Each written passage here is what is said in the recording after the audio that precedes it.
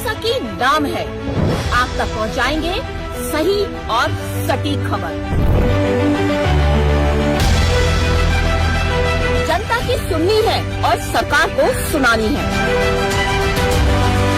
ये है आई of truth. नमस्कार दोस्तों, आप देख रहे हैं आई ऑफ ट्रुथ और मैं हूं आपके साथ अनु जैन रोहतगी। नीतीश कुमार माना जाता है कि बिहार के बहुत लोकप्रिय नेताओं में से एक है और मुख्यमंत्री के तौर पर उन्होंने वहां की जनता के दिलों पर राज किया है। और शायद यही कारण है कि नीतीश कुमार को केंद्र में गए हुए काफी समय बीत चुका है, कई महीने हो चुके हैं, लेकिन उसके बावजूद भी उनके नाम को लेकर के तमाम तरह के विवाद वहां चल रहे हैं। और लगता है बिहार में जेडीयू के जो नेता है उनमें भी दो दल बन गए हैं। एक दल वो है जो अंदर ही अंदर बात कर रहे हैं, कभी बाहर साफ तौर पर बोल देता है कि नीतीश कुमार को जबरदस्ती केंद्र में भेजा गया, वो अच्छा खासा बिहार की राजनीति कर रहे थे और ये बीजेपी की चाल है, क्योंकि बीजेपी चाहती है कि जेडीयू का विलय बिहार में बीजेपी के साथ हो जाए। ये एक ग्रुप है जो ऐसी बात कर रहे हैं, लेकिन एक दूसरा जेडीयू का ग्रुप है, कद्दावर नेता है, जो ये मान रहे हैं कि नीतीश कुमार गए हैं, उसके बाद सम्राट चौधरी का नाम सामने आया है और नीतीश कुमार के कहने पर ही ये सब हो रहा है।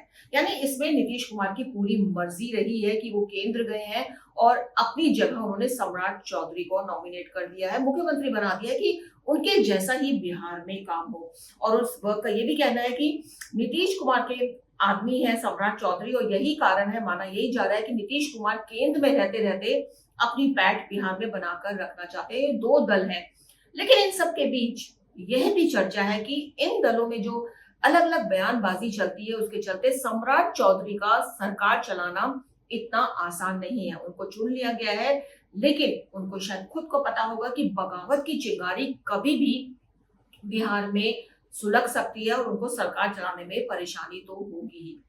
अब ये विवाद एक बार फिर चर्चा में क्यों आए? विवाद चर्चा में आए लल्लन सिंह के बयान से। जी हाँ, जेडीयू के बहुत ही कद्दावर नेता है लल्लन सिंह, और हाल ही में जनसभा में उन्होंने खुलेआम कह दिया कि नीतीश कुमार ने अपना उत्तराधिकारी जो है सम्राट चौधरी को बना दिया है।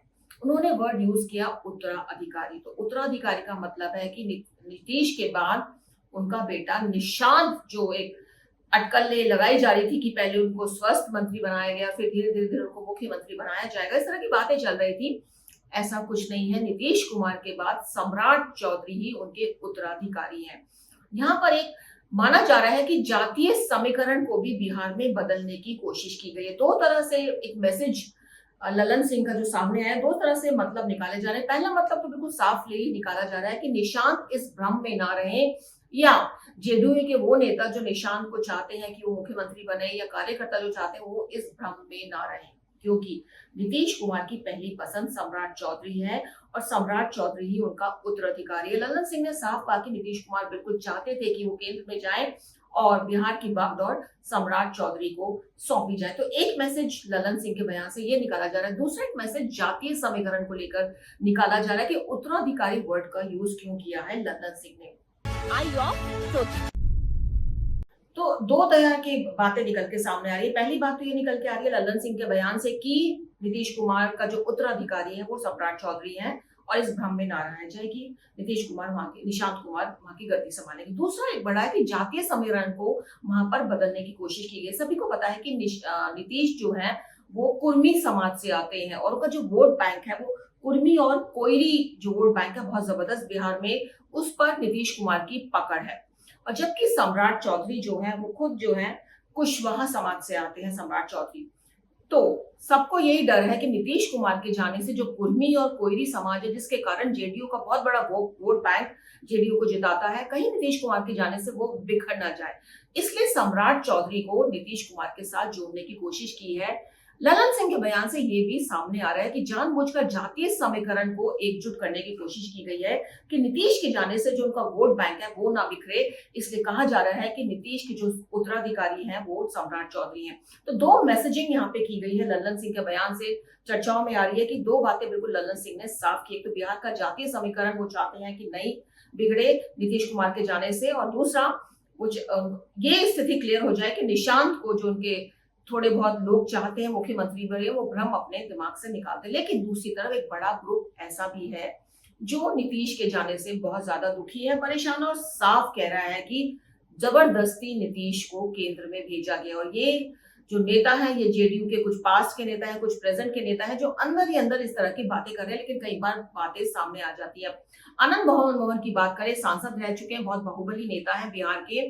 उन्होंने खुलेआम कह दिया कि नीतीश कुमार को जबरदस्ती जिंदा दफन कर दिया गया, केंद्र में उनको भेजा गया है जबरदस्ती और उनको जिंदा दफन कर दिया। लैंग्वेज उन्होंने यूज किया और सबको पता है कि जो आनंद मोहन की जो पत्नी है वो जेडीयू की सांसद है, उनके जो बेटे हैं वो जेडीयू के विधायक हैं। बावजूद इसके आनंद मोहन ने इतना बड़ा बयान दे दिया जेडीयू को लेकर के, क्योंकि वो उनको लग रहा है कि नीतीश कुमार को जानबूझकर साइडलाइन किया गया है, जबकि वो बिहार में अभी राज कर सकते थे। और ये लगातार चल रही है इस तरह की बातें, लेकिन हाल ही में जब शपथ ग्रहण समारोह हुआ तो उसका भी वर्णन आनंद मोहन ने किया अपने बयान में कि नीतीश की एक भी फोटो नहीं लगाई गई थी। तो जानबूझ के नीतीश को बिल्कुल बिहार की राजनीति से गायब किया जा रहा है। और उसके पीछे उन्होंने कुछ कहा नहीं, लेकिन चर्चाएं यही है कि जेडीयू यही समझ रहे हैं, जेडीयू के नेता, कि क्या बिहार में जेडीयू का खात्मा होने के कगार पर है, क्या बीजेपी और जेडीयू के में विलय हो जाएगा और बीजेपी एक स्ट्रॉन्ग पार्टी बनकर सामने आएगी। आपको बता दें कि बीजेपी की पॉलिसीज को लेकर के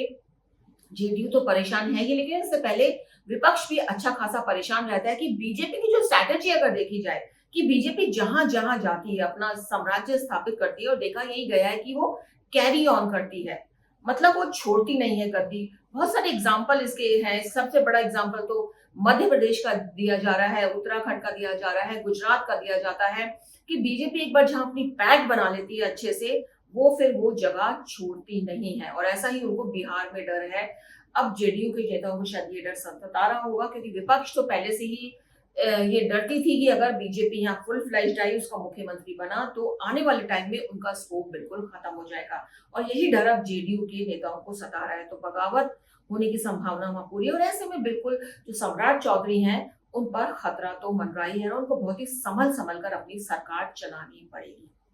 उम्मीद है हमारा ये प्रोग्राम आपको पसंद आया होगा। दोस्तों देखते रहिए, बने रहिए हमारे चैनल के साथ, आई ऑफ ट्रुथ के साथ, क्योंकि हमारी कोशिश रहती है आपको कुछ ऐसी जानकारी दें जो अंदर की खबरें होती हैं बाहर कम ही आ पाती है। देखते रहिए, बने रहिए हमारे चैनल के साथ। आई ऑफ ट्रुथ।